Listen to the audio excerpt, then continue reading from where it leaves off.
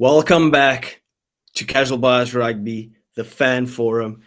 Jake, Tiernan, you can shut up for a bit because it's Jake's turn. He's back from Australia. How's the guy doing? How was your trip? What did you bring back for us? What can you show us? Bring back for you? For the audience, for us, the community. Sydney Cup cooler. Wow, is that all? I got a Brisbane one, and that's signed, but I can't remember who signed it. So yeah, that's what I got for you guys. Why are you being boring? Tell us how was it to be in Australia? Fantastic, mate. You got the Bogan cap. No, it's brilliant. It was brilliant. It's the best experience of my life. Rugby, non-rugby. It was fantastic. Like it's incredible. The 3 weeks out there, the places we went. Every place was amazing. All the people really friendly. The people you meet, Aussies are nice, but the people you travel with are brilliant. And yeah, like it's just the Lions is incredible. I know some people, it's like Tin as well. Like you don't like it as much as like Ireland. I understand like not wanting to win you wanted to win the World Cups and all that. I'm the same, but it's special once you're out there. It really is special touring a country with it all. No, I fully get it. And how did it feel sitting in like a crowd with 90,000 people just booming out there? Like it just looked insane, the atmosphere. Yeah. Every single stadium, the three we went to, Suncorp, MCG, Accor, they were all amazing.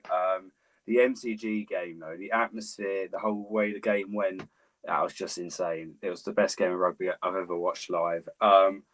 Yeah, and it was great because the way they announced the teams was great because they'd do like, oh, Angus Bell, and we'd all boo him, and then we'd just go like, Andrew Porter.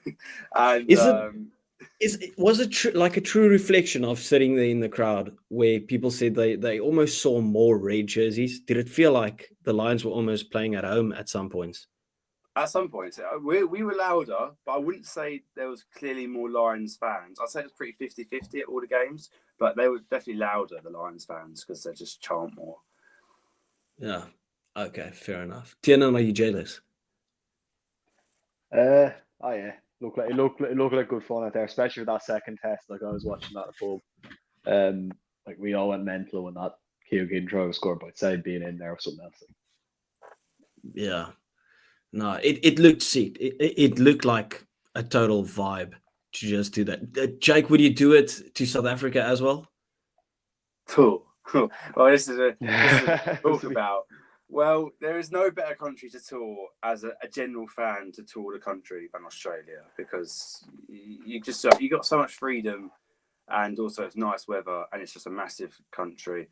South Africa. Well, how was that final game? You're talking about the weather. Like that was torrential rain, obviously suspended due to lightning threats and those type of things or whatever. Sydney was the worst one, but like overall the weather's pretty decent. All the cities you go to, but South Africa. I mean, lots of people were spoken to absolutely loved it when they went in 2009, but obviously you do have that sort of. You can't deny it, that safety issue. You have to be careful where you go. You don't have to worry about that in Australia. Well, it's not that crazy. Like, that's an exaggeration. You're not going to walk down the street in South Africa and get mugged all of a sudden. Like, it's not like that. Well, we walk in the streets. What's going on? Just don't do it. Well, maybe not in Cape Town, but you go Joburg. So. Yeah, maybe. Tiernan, let's get down to business. How are you doing? And I'll ask you the question straightforward. Is this the best Lions team of all time? Or do you feel like at some points they kind of underwhelmed a bit? Because we'll go into the games a bit more in depth. But the way that, let's say you had massive expectations for the Lions regarding Andy Farrell's there. A lot of the Irish guys were in there. And then you were kind of expecting to hammer the Wallabies.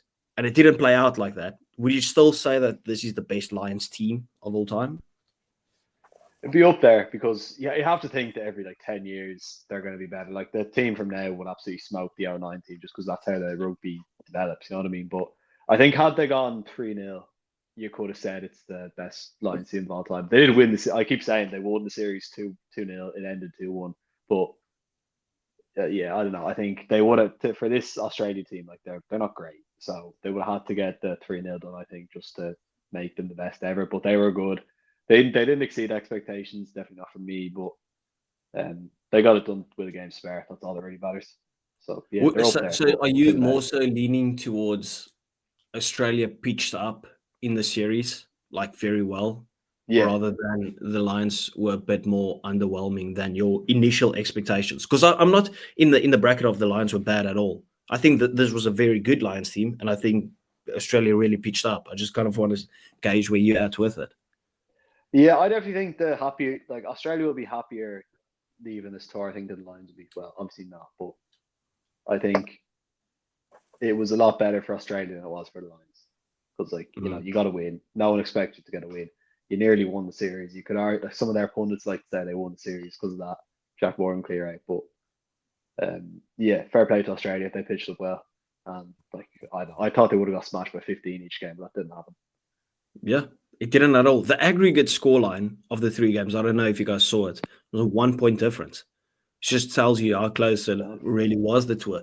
Jake, do you see it as like an asterisk tour?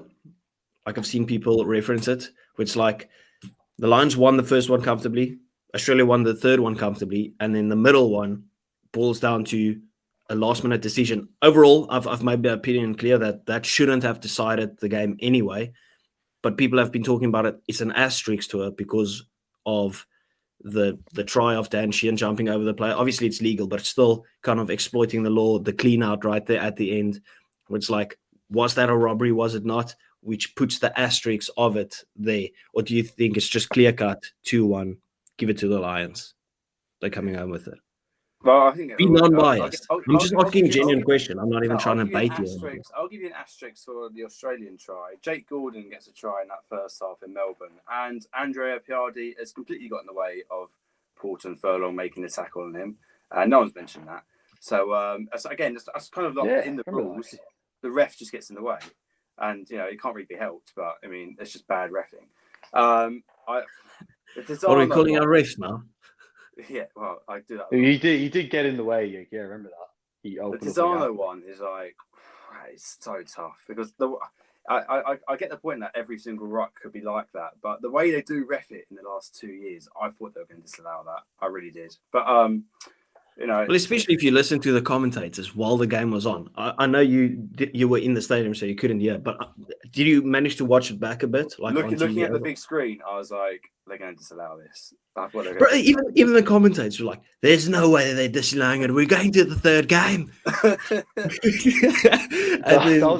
Aussie commentators, the most biased people I've ever heard. They're actually just insufferable. Who hires them? Honestly, but isn't that what makes it great, Tiernan? Don't you think we just need more of it? Right, that gets the people talking. Did you guys see Off the Balls video that they posted a few hours back? I literally just made a TikTok about it. It's Matt Williams again. Surprise, surprise. Right? Talking about how great the Lions were and how disgraceful and despicable the Springboks tour was, and that it's the worst tour ever. And I'm like, well, in terms of playing style, maybe, right? But it's the most memorable one. And this will be a memorable tour now as well because of the decisions. Yeah, it's the most memorable one because it's still talked about. You had the Rassie Waterboy incident, the video, obviously, and then you had the first ever player to win 2 British and Irish Lions tours, Morné Steyn, right? So it's a memorable tour in regards to that. And I think the same thing goes for the Australian one. I don't want these clear-cut stuff. It's the same with the argy-bargy that I like. Get the people talking about it. It keeps it going for the next one. Now, all of a sudden, we're looking forward to the next tour where it's like, well, you hardly got past the Wallabies. Imagine what you're going to do against the All Blacks. Imagine what you're going to do against the Springboks, even though it will be a completely different team. It just gets the people talking about it. So I absolutely love this tour. Inside out, it was great. Jake, you too? Well, you love it for different reasons, of course. Well, it's just amazing to be out there and experiencing it all. But yeah, it was some great. You bring some weight back. I actually didn't. You do so much activity, going to all these different places. Like you're sightseeing as much as you can. Like you don't put on weight. I walked around Ayers Rock, or Uluru, as they call it, 10 kilometers, and then I ran around it as well. So I did half marathon that day. But I don't know. No, it was an iconic tour. But Australia, going back to Australia, they can't lose that second half by that much and then blame a ref. You got to score more points than that.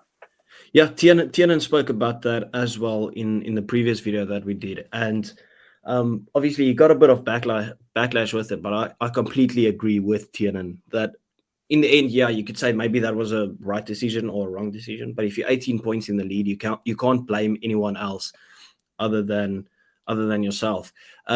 Tiernan, you happy with Andy Farrell there at the end? Excited for him to come back to Ireland now? I go 8 out of 10. I think I saw a lot of people say that he would have rated the Test match tour 8 out of 10. Like obviously he could have won the third test. And I think he definitely, had he picked out like Van der Fleer, Jack Morgan to start, maybe a Henry Pollock, they would have been a lot hungrier than the players that had already played the first two tests to go out and win it. So I think that was a big mistake in not getting 3-0, and it would have been easily avoidable in my opinion, just to play the players that hadn't got test match appearance yet. But yeah, I'm definitely looking forward to them to come back. I don't think we were that great when we saw them in East and the Andrew Goodman attack, like we were pretty shocking in Six Nations to the point where a lot of people were writing off Irish players in this Lions tour. But yeah, are you a bit mad at Andy Farrell that he didn't play your boy Josh Van der Fleer? Oh, one of the best people to ever come out of Wicklow, and you don't play him in the Lions Test match. Well, he's from Cape Town. What are you on about? Oh, get out! Yeah, you went to school down party this time. Yeah, no, you live in Wicklow, Calvin. But yeah, I don't know. I think that was really unfair. I know, obviously, Farrell wants to pick a more versatile player, and Tom Curry, he can play 6. Obviously, Van der Fleer can only play 7. But at the same time, he's the only World Player of the Year winner in the squad. He's the most recent player to win that award. Tom Curry got robbed by that Peter Steph thingy in 2019. On that note, who was your both of you? Who was your player of the tournament, of player of the series from the Lions, and who was your kind of disappointment of the series in terms of your expectation? Are we talking about the 3 tests or the whole tour? Give me both. Give me both, but let's focus more on the 3 tests. I go Dan Sheehan. For the whole tour, I go Russell or Sheehan. For the 3 tests, it's Tom Curry. Tom Curry. Maybe.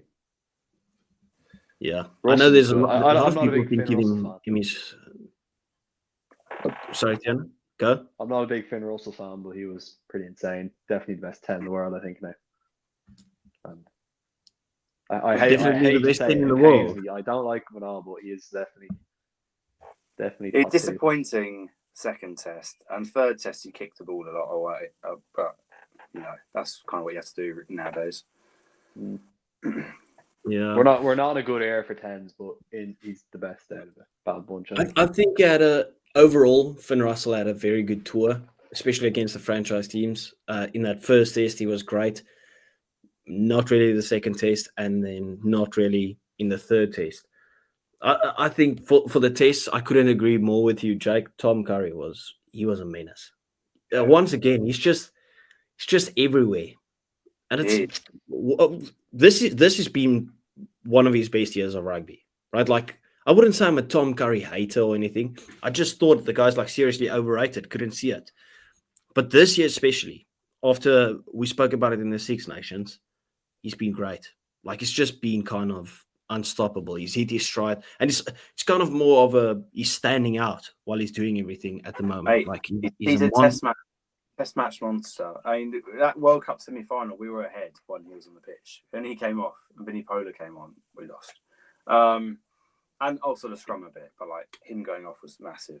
What was your disappointment? Oh, Tina, you go first. Biosh. I've got to think as well. Hold on, I've got to think. I think James Lowe. I think he was nowhere in the test. I hate to say it. Like, I do think Kinghorn should have played over him at 11, just have the 2 of them on the pitch. He wasn't really even there for the franchise games, right? Like, not really. He made a lot of errors. He was the only player I can pick out that really crumbled under pressure, I think. That's not to say he's bad under pressure. He normally is very good in that those tight games. But yeah, I never think if I could pick out one player that was mediocre, it was be James Lowe. Yeah, I would say James Lowe Freeman. I think that just says for the style of play, if anything. Yeah, if you look at the form that Freeman went into the series with, and Yeah. kind of the expectation that we had. And those were two guys that we all kind of agreed on. Those probably would have been the wingers for the team. I think like the best wingers out there was probably Mac Hansen, the one guy that we Yeah. said, does he actually deserve to be there? He was Right. insane. I don't understand how he didn't get a test cap. Especially Andy No, Farrell yeah. loves him. Had an He's a tattoo injury. of Andy Farrell. Had a hamstring injury at the end, didn't he? Oh, he did, Mm. yeah. Ray Rose, I think, was definitely an unlucky player. I was trying to make a world 15 earlier, and I actually had him at 13. But I think he was super unlucky not to get a test cap. Like, fair play Yeah, to him for obviously pulling out with a concussion. Definitely set a good example to the rugby world there. But yeah, I feel very bad. But in all because he might fairness, not get right, one there. we didn't even mention it. Hugh Jones had a sensational tour. Yeah, Like, he was unreal. He deserved that 13 jersey, in my opinion. He was a standout player as well. Jake, where do we go from here in regards to Australia? Were you impressed enough to say that? Well, I was just going to say, looking at the Rugby Championship, maybe? They were the better team. They were honestly the better team, I think, in the 3 test series. They just didn't have that experience and just that sort of big game mentality to really get over it. They played better stuff, like especially that third game. Their handling, and it's not a surprise because they did it all last year. Like Tom Wright was absolutely ripping it up, and he did it again. He's probably one of the best fullbacks in the world, and they just ran the ball way more. Like the Lions played a kicking game, especially in that third game, and then couldn't win a line out to save their life. But did lose 2 line out operators to injury, but and Australia just ran the ball back, and it worked way better for them. Yeah, Tom Wright is, in my opinion, the best fullback in the world. He's that good. Jorgensen he's a fucking player as well. He's going to be best. You said that before. You There's said that like at emphasis the end of last year, didn't you? I know. I've been saying He's for a while, good. he's a player. He's very good.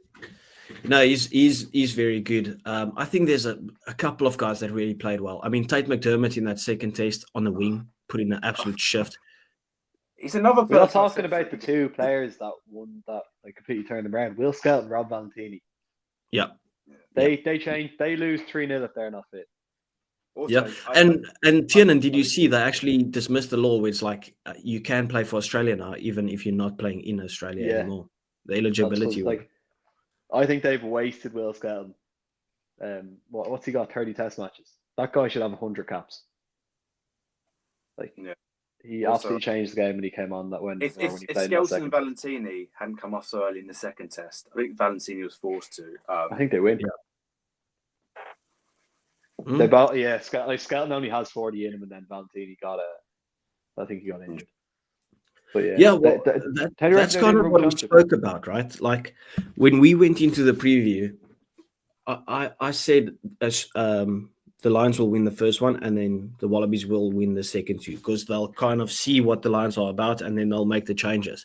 And you could just see even the changes that they made in the second half of the first test, right? From there on, I just felt like they were the dominant team. Like the way that they just fronted up physically, they knew they had to get the big boys in again. They did it, just couldn't get over the line in the second test. And then they were by a country mile the best team in the third test.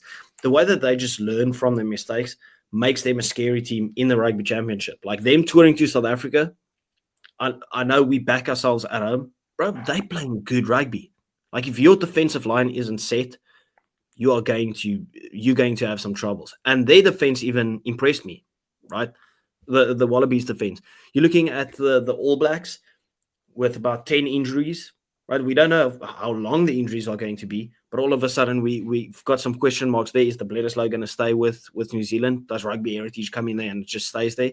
Or does this Wallabies team learn from their mistakes and all of a sudden say it's our year, because obviously building up into a Rugby World Cup at their place, and then they'll most certainly back themselves to beat Argentina, even though Argentina is a good team. This is going to be the best Rugby Championship that we've had in decades, in my opinion. It's going to be so fun. I think Australia win it. You think Australia win it? They were good. We haven't really seen the All Blacks in South Africa yet. Like that could all change, but I think they get top 2. I think either New Zealand or South Africa fail a bit, they lose to them, and then they get top 2. Let's calm down a bit. No. I think it could play into their hands, right? Like, do you guys reckon that the Springboks could get caught cold maybe because we played Italy and Georgia, or do you think, well, with the professionalism of the box, they'll still front up enough to Yeah, and like not there was get complaints about your performance against Italy as well. Like a lot. Say that again. There was loads of complaints about you guys against Italy, like from Mm. your media and your fans. Yeah, How you and performed. validly so. It wasn't impressive, especially that And first game. It was a we're travesty. seeing this Rossi magic, which is breaking laws at the kickoff, and then get your fans complaining about it. Like I don't know, I don't think they've been that creative. So I don't know, this Australia team, they're a threat, and I'm waiting for their revenge to be knocking us out in the quarterfinal in 2027. If Australia can win one catastrophe. game in South Africa, they can win the Rugby Championship. Yeah, Could catch you cold. they could get both against New Zealand as well, because obviously if New Zealand don't get their injuries sorted out. Yeah, but that's probably what he means when he says that. If they beat you once, beat Argentina twice at home, beat New Zealand once, that's 4 wins. Like that could be enough. That could do it. It could happen. That's obviously if South Africa and New Zealand each take one, right? One of each other. Yeah, as long as we take the Eden Park one, I'm happy. No, that's a small mind mentality. No. I've said this before. Like, That's obviously, I want that record. That's like the Scottish saying, as long as we win in Twickenham and get Calcutta Cup. No, bro. Yeah. Why would I care about the Calcutta Cup when you can win the entire Six Nations? Right? Obviously, I want that Calcutta Cup. I would want that Calcutta Cup. But you want the trophy more. Like, I would want that Eden Park record. Like, that would be sensational to break it. It's a record that's been standing since the 1980s. But fuck fake that, record. we haven't won a like back-to-back rugby championship in years. Give me that rugby championship. Bro, we've got like 4 or 5 rugby championships, and they've got 19. We've got some catching up to do. Are we going to do a full rugby championship preview episode next week? Well, I'm chatting to Aiden tomorrow about it. Well, thanks for the invite. Well, you can join. I will. I asked on the group tomorrow. I thought it was tonight or tomorrow, not both. But we don't have to talk about this right now. Yeah. Anyway, let's wrap it up over there. Just some final words if you guys have on the Lions tour, something you want to get off your chest. Jake, we'll give you the floor first. Go. If you can, you don't get the time to go, and it costs a lot. But if you can, go, because it's incredible. And I don't care how Australia perform, as long as they're somewhat competitive. The country is so good for touring fans. You do not need to get rid of Australia. Do not ever get rid of it. It is fantastic. I went to all the fantastic places. Barrier Reef. I skydived. I did, you saw the Opera House and all this rubbish. It's brilliant. And people really say that this is going to be a useless tour. We should rather play France or something. You wouldn't switch this for anything. The Lions tour just always impresses. Yeah, I'm going to do I meant to do match day vlogs, and I just never did it. But I have recorded it all. I just haven't uploaded them. So if you want to see that, I can still upload all that. Yeah, go follow him on YouTube for those. Yeah, Tiernan, your takeaways from the tour. Final words. Not much really. I was on holidays during it, so I couldn't really focus on it or get content out as much as I wanted to. But yeah, it was good to watch. I'm glad that Australia managed to become competitive in time for it. I was thinking, they got knocked down 23. It's going to be an absolute blowout. It won't be worthwhile. But like Jake said, hope they don't get rid of them ever. And yeah, it was enjoyable enough to watch. I'm obviously not as big into Lions as some other people, so. Just a final question to you guys. You can just say yes or no. Would you guys ever be interested? I know it's always amazing to tour the countries and stuff, like to host a Lions tour with like South Africa, Australia, and the All Blacks, each playing you guys there at the Viva, at Murrayfield, at Twickenham, or at the Principality. Would you? Let's say even Argentina. So you play one in every one of those countries. Well, I want to see eventually as it turn into North-South. You'd get smoked. Imagine the Lions, but you've got Nubia, Barry, Dupont, Peno, all them on the team, Ramos. Okay, so you're adding France to it. France, and if the US ever get like a generational prospect, have them in or something. Japanese fella, but I want it eventually to become a North-South thing, because I'm all about growing the game of rugby. I think the Lions, as good as it is, Yeah, fair enough. And, Okay, you know, well, swap it every 2 years. So 1 year you tour north, 1 year they tour the south. So yeah, I know. That's yeah. just what I think they should do if you want to grow the game. But yeah, obviously you love the Lions. Yep. Change too much about it. That wraps it up. People, please do remember to hit that like and subscribe button. As always, we do appreciate you guys. Jake, welcome back. We'll obviously have him on for the Rugby Championship as well, and hopefully Tiernan as well. Tiernan's just about to film for his own page now, so please do go and show Tiernan some love on TikTok and YouTube as well. Tiernan, what's your YouTube name? Off the tee rugby. Off the Tee Rugby. There you go. And 24-hour Rugby Jake, as always. Thank you, guys. Have a good one. Ciao.